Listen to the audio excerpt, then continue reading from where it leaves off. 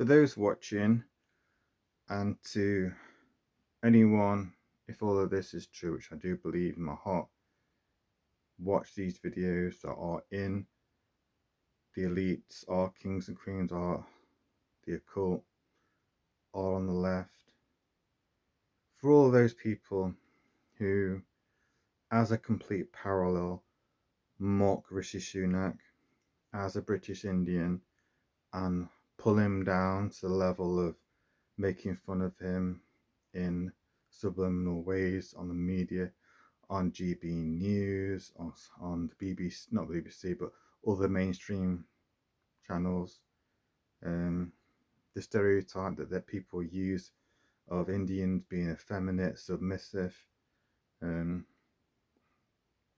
my life, I've been a fighter, believe it or not, very good fighter.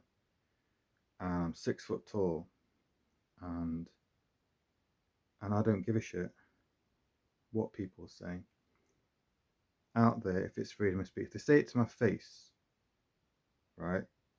As a British Indian, as an Anglo-Indian who is British, who is through and through from Ephraim, and yeah, there is ancestry other than that, and I just want to say, like, just like Tyson Fury would say, who is a Gypsy King, I will knock him out. I will knock him out. Because I've had enough. I've had enough of it.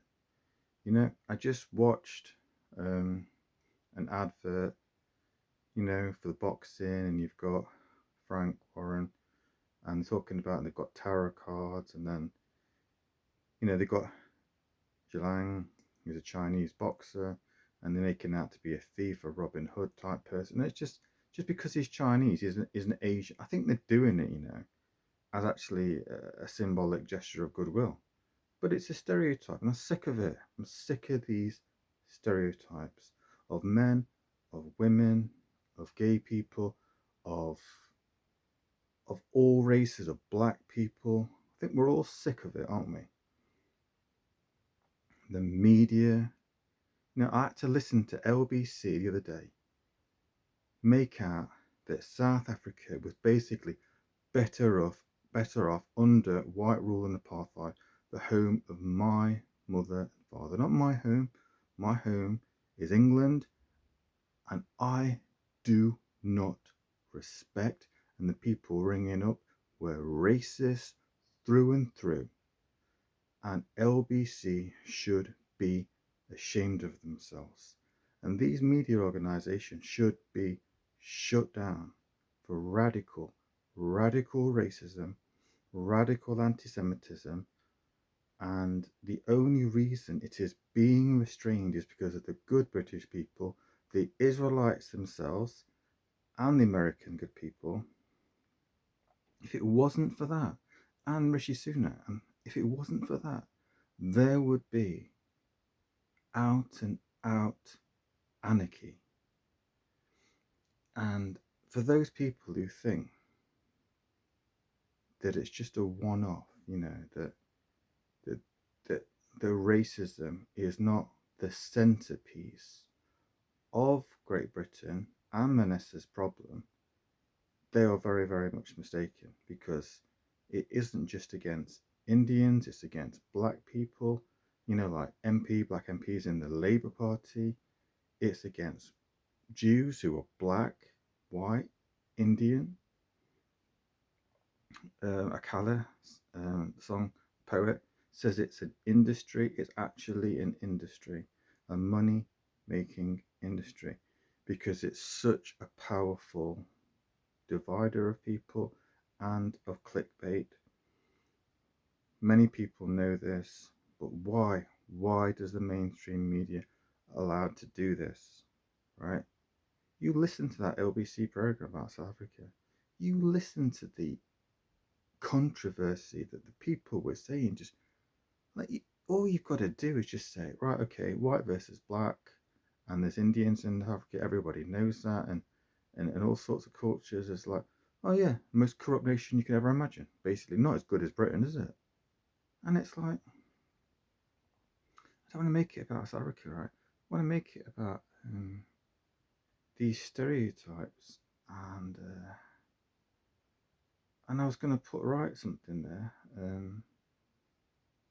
but sick and tired of it. Sick and tired of it. Like whatever party you're going to vote for in the next coming election, right? Don't make it about the failures of a British Indian, Rishi Sunak, and how, because it was Boris Johnson who ruined the country. Um, you know, and yeah, this is it. So, whatever people think about Ben David, the reason he is to be a guilt offering, a sacrifice, like the suffering, exactly in the suffering servant, is because he's a mirror to Great Britain and America. He's a mirror because we all know in psychology, and everybody knows who's aware of it, that, like I've said in previous videos, we all attack people that we hate because they are like us. So everything they say about him, and it's a parallel with Rishi Sunak, right, being a British Indian, is that everything they say is a mockery of who he is and who Ben David, everything. And you can hear it on the radio, you can hear it on social media, read on social media, you can have it on YouTube, intellectual debates at the highest of society, right at the lowest point of society, right in the middle. And it's non-stop. And you cannot stop it until people wake up to the things I'm saying. And there isn't just white people who are Jewish are being attacked in Israel. It's all over the world. It's Christians who are of every colour all around the world, like in China and in the Middle East and everywhere, Iran, and people think, and they now know, it will come to Great Britain. It will be stopped, and it is there now in America. And so all the time people are accusing, specifically Indian people, there is a specific cultural racism of Indian people. And even though I put racism of black people highest, because of slavery and the Jews and all about, say, with Africa, and the conscious effort with Cecil Rhodes and the De Beers and apartheid, which was instituted through the means everybody knows with techniques from Britain, is that ultimately when Nigel Farage and other people call out immigrants, of which he has indicated in adverts many, many times, he does not care about Australians coming over or Canadians or even Ukrainians, right? Even though he's spoken about he doesn't want a Romanian living next door or talking the foreign language. He hasn't got a problem with that, even though there are many, many immigrants who are coming from all around the world who are basically white, like my father. He hasn't got a problem with them. And that's how you can differentiate between someone who's talking about immigration being a bad problem and that it's taking our resources, which is what the Bible says, and then how it's ultimately our sins to blame. And then you've got him, which represents, unfortunately, a large part of society. It won't be reflected in elections because in Great Britain we don't vote for the far right. We don't vote for people who, and Nigel Farage people will never say they're on the far. They're actually fighting the far right. They're fighting the far left. That's what's so weird. You see, what they've done is, as everyone knows, is they've veered so far to the right because of Islam and immigration and the policies of basically white politicians like Tony Blair and Gordon Brown and Boris Johnson and the World Economic Forum, which are largely run by white Caucasians like Klaus Schwab, who stepped down, and all the main players like George Soros and white, and then you've got the like one-off people like Obama who's actually biracial, is black man, and then you like it's not about race, it's not about ethnicity, it's about a mirror to Israel and all the things we say about the people at the lowest part of society in all of history,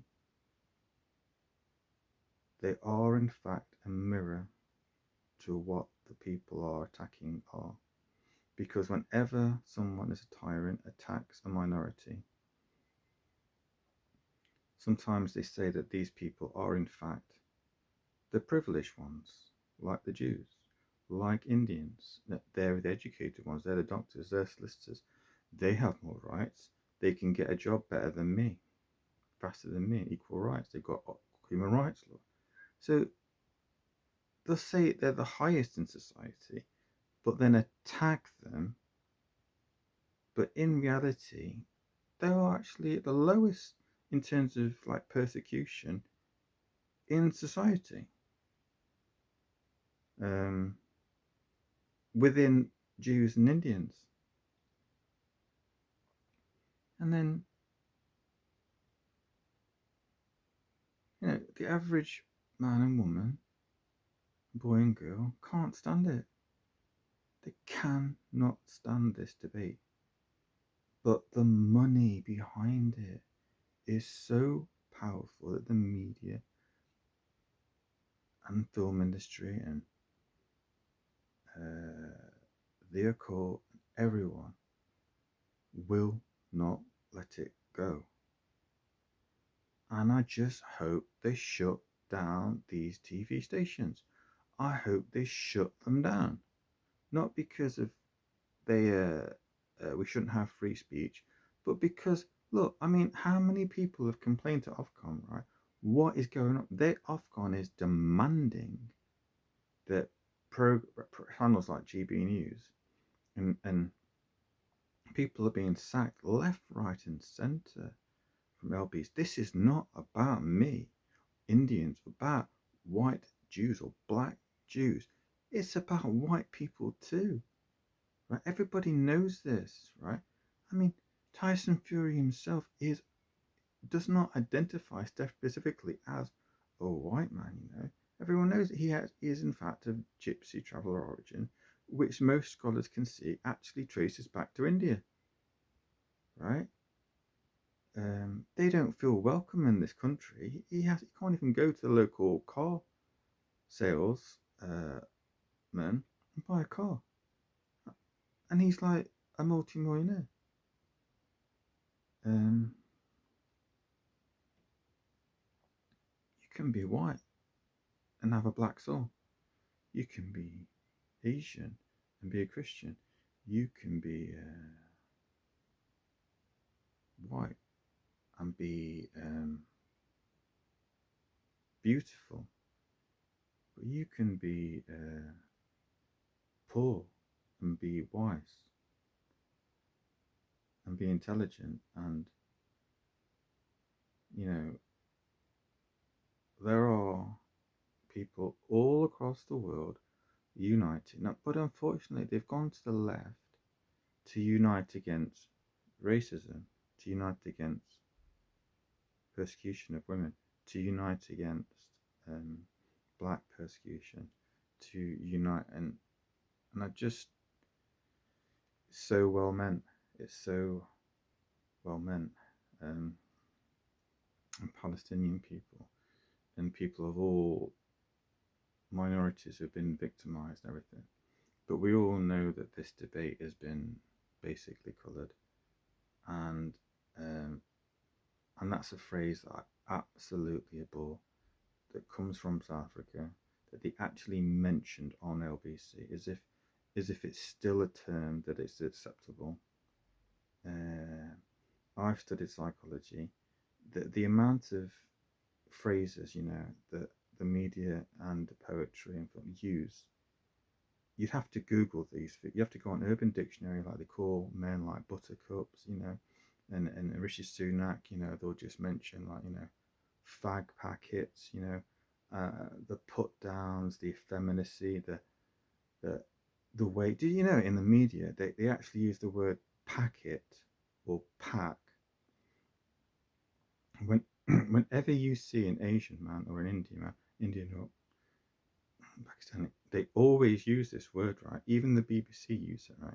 For many, many years, I thought that they're making like, what's going on here? Like, of all the videos I've made, and people can make connections and whatever, and then they'll just, and that one, I'm telling you, this one here, you will think that is mad. That's mental, right? Honestly, you get a film producer to see how many times they use that phrase when they're talking about an Asian man in the UK and in film, and you will see exactly what I'm talking about. And if the BBC can do it, which is a very, very left wing organisation, can do it, anyone can do it, right? And that's the fighting mentality that people have to have. Anyone who's a minority, as we've all seen with younger generation, who are always going to rebel against authority, who are tyrannical, you can bet your bottom dollar, right? That David was a fighter, and he didn't do what he did to tyrannical people and to the people that were persecuting him. He didn't do that out of anger or persecution or self-righteousness. He did that as a sacrifice of love, of beauty, of trust, of wisdom, like I say, of balance, of order, of defending God, of being a good citizen, of simply being like every film you've ever seen with a sensitive person that just doesn't like Tyson Fury, believe it or not, who lost the first fight with Usyk, right? But I guarantee you there's going to be a better fight that second time, right? And even with him, he's like proud British man, right? Just proud through and through. Did the most incredible things with his career, right? And I don't want people to be unpatriotic towards British people, right? Whoever they were, if they are good in their heart, pure in their heart. There's a million different people all around the country, that are slated, like Meghan Markle, who isn't British but is basically a princess of England. Sick and tired of it, You've got billions of pounds being spent to racially abuse Meghan Markle. And the British people who are on Facebook and in the media, and those people like who attack her and just can't understand that this woman is in love with one of our princes, and that is true love, and that their own child is a beautiful child, and that she was upset and is upset. You wouldn't do that to someone's girlfriend. Like, if someone did that to my girlfriend, I would knock them out, right? So how Harry copes with it, I do not know. But what I do know is that is a spirit, and it's actually a redhead and pale skin who has dealt with it with honor and respect, and he believes in Invictus, right? Which in itself is a poem, which I believe in, which is what Nelson Mandela believed in. I am a captain of my soul, a master of my fate, and that's what I am, and that is ultimately what anyone is that stands up, and there are, it's 99% of us. We all know this, right? The people watching this video, right, will be the ones who are saying, yeah, we know all this, right? But the 1% doing this, right? LBC, the BBC, GB News, Nigel Farage, right? The Daily Mail, right? MSBC, Bill Gates, the political establishment, the scientific elite, like, oh my lord, like, it isn't anger that wins the day. It isn't. It's actually what the Bible did was a poetic and radical discourse that did it. It wasn't, believe it or not, when I studied history, it wasn't Emily Pankhurst and standing up to the patriarchy that defeated um, the voting paradox of not being able to vote.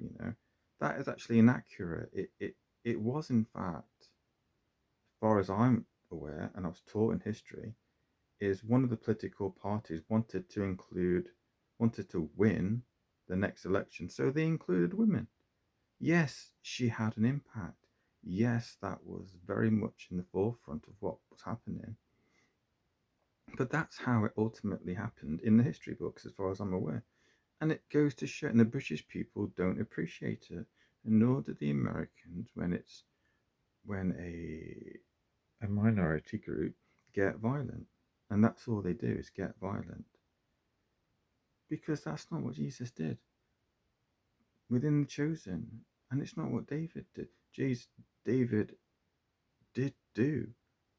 They were there's a difference between, as we know in life, between righteous anger, like Tyson Fury has some of the time when he's knocking out people, um, and vitriolic anger, which is unfortunately what part of John Fury does sometimes. His father. It's within us all to get vitriolically, to get angry, to have a powerful emotion. You see it in universities in America, mostly white people defending brown people in another part of the world that they've never met. And obviously, it's a hot topic, the debate about Israel. I have a lot of opinions, obviously, about it. I think a lot of it has already been said. I don't need to add to an add controversy, but you just have to read the Bible and understand that we are all brothers and sisters, and that's ultimately the message that Jesus preached. And that if you don't love your neighbor as yourself, and you do hate on people for a living, and people are making a hell of a lot of money out of this, and it will not stop until Afghan steps in, and it will not stop until laws are passed like they have been doing, and unfortunately how Biden had to enforce anti-Semitic laws, and how laws have always had to do that, whether it be traveller community, whether it be blacks, whether it be women, whether it be the disabled, everything, every single time, that's unfortunately the way it is. We need media regulation on a massive, massive scale. You cannot have every week an LBC presenter saying the things they say and then just stepping down and that's it. There are alternative media sites on YouTube stating that LBC is completely and utterly just doing a far left turn because they believe that the Labour Party will get in, and everything they're spouting is now becoming racist and derogatory. And then you've got the producers and other people just firing people, saying you've got to do this, disciplining that. Right? But if it happens time and time again, if the barrel is just completely rotten, right? You can't just empty it. Something we have to understand where this comes from. We have to understand where this comes from. And we are all sick and tired of it. And if we don't speak out, which you're probably not going to do because you're not going to like the video, you're not going to comment, probably not going to vote, people won't mention conspiracy theories or anything, they won't enact, they'll share Facebook pictures of their food, and they'll carry on, which is actually what you're supposed to do in a way. Yes, you're supposed to get married, get a job, have a family, have right mind, right speech, believe what is in your heart about the good. 10 Commandments, we all believe in that. Whether you're a Christian, Muslim, Jew, or whatever, we do believe in these laws. They are the bedrock of the West. Even the pagan Gentile countries, they all believe in the no-hide laws. Just look that up. Like that, there's a debate about that, but historically, every single nation, apart from the Jews, has taken them up.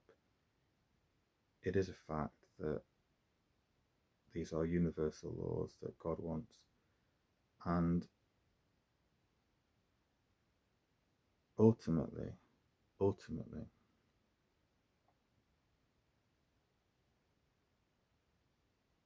in the words of Dr. Martin Luther King, if we do not judge people by their character, and we only judge them by the colour of their skin, and we keep making that mistake, and I've even seen it on the news, where in like Talk TV, I think it is Talk Radio, and was it? And then it's like, oh yeah, didn't Martin Luther King say this? And it's like, listen to his speech. He never said the things that these idiots say. He had a dream about Israel. Do you know that that speech is actually about Israel and about his faith and about the Jews? Listen to that speech. No one would say that he was being spiteful and vindictive, or as the people on Facebook say about John Bars's new book, just playing the race card, or being the victim, or being sad, or being negative. No one says that about him. Don't say it about me. Don't say it about anyone else. Yes, we're all imperfect. Yes, we're all forgiven if we repent. But there's a difference about saying it in your heart and to your friends as a joke. There's a difference about sharing a meme. There's a difference, but if you work in the media and you're doing it, if you're on Instagram and you're sharing this, if you're on TikTok or whatever, if you're on protests and you're wearing despicable motifs and you weren't being ironic and you weren't like under 18 and you weren't a kid and it wasn't your fault, right? Then there will be people like myself who speak out about it. And that's all I'm doing, speaking out, because I am sick to death of the human race being degraded. That's all the age of ignorance is. Nietzsche spoke of an age of ignorance. So did Buddha, so did Christ, the Greeks. And it goes back to this, the last man. And that's where we are. If you read about Nietzsche, he spoke of an age where all our leaders are idiots. They can't get things done. We can't vote for who we want to be in. Everyone's like obsessed with like hedonistic values and sex. And there's nothing wrong with sex, but being obsessed with it is, to the point where they, you know, aren't real people anymore. They aren't real men and women anymore. It's, that it's not about relationships, it's not about love. And then ultimately there'll be an Ubermensch, a Superman who's an alter to that. And I don't think he even wrote about. He is mentioning religion, and he's going back to Judaism. But I don't think secularists would ever say that he was right about that in terms of a prophetic way. They would say it was a logical downward spiral into hell. And there's many different ways of preaching. There's a comical way. Um, there's protests. Some of the prophets used to walk about naked and preach the gospel. It's true. There are obviously in the chosen John the Baptist who just went completely, too far, basically, in that he just didn't care about the consequences of what he was saying, like it's alluded to in the chosen, and then there's people like Simon the Zealot who just at the beginning just wanted to overthrow. But then Jesus said, no, it's not about that. It's not about that. It's not, it's about the heart, about love, about a discourse, about uniting people, about the Beatitudes, and everything that Ben David is about is a very, very simple philosophy. I'm not going to be angry at that. In terms of just pure science, psychology, economics, and on the radio, on the media, what's the answer, what's the answer, what's the answer? Believe it or not, if you take care of the poor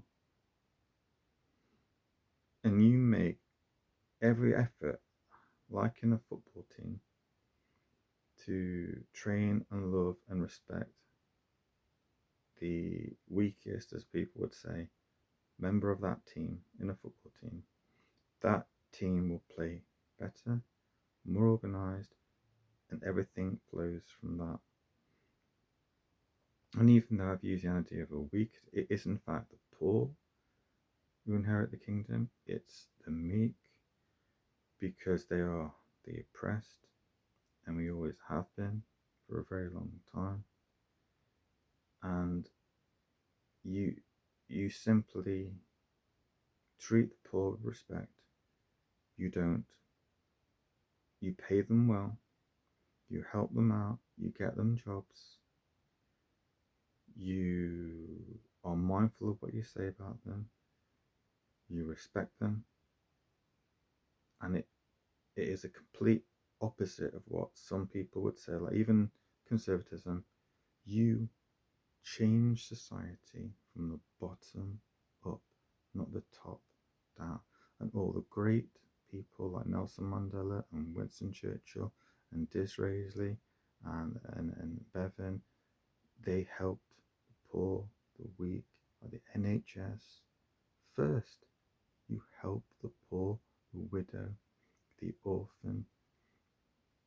And we don't do this because we're looking down on them, we're feeling sympathy for them. Yes, there's some of that, but not looking down. You have to understand that psychologically speaking, that is how you transform society. You go over and you do charity work. You help that little boy or girl who's suffering. You say hello to a neighbour who's a Muslim who's being persecuted. You help a Jew who's frightened.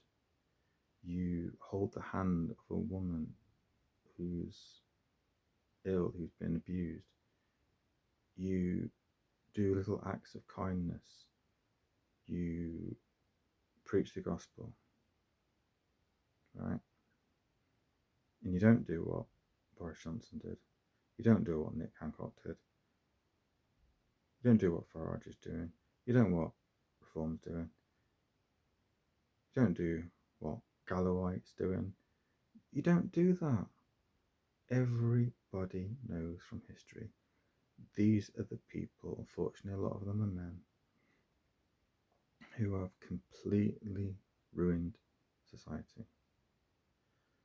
And if we don't understand that these people actually want to do good in some way, right? There's only very, very few of the minority, of which are above us in the UN and other people, who are so malevolent that everything they say is a lie. But there are people who I've just mentioned who actually want to do good. But if you sow division, if you show disrespect in the name of respect, if you try and reform society in the name of division and disunity, I mean, political parties literally name themselves about in the opposite to what they're going to do, right? Freedom parties or respect parties, or nationalist parties. They have no respect for their own country, nationalists. They might start out that way, but they destroy the economy, they destroy their health system, they go against their people, they keep bringing back the same agenda, they are corrupt.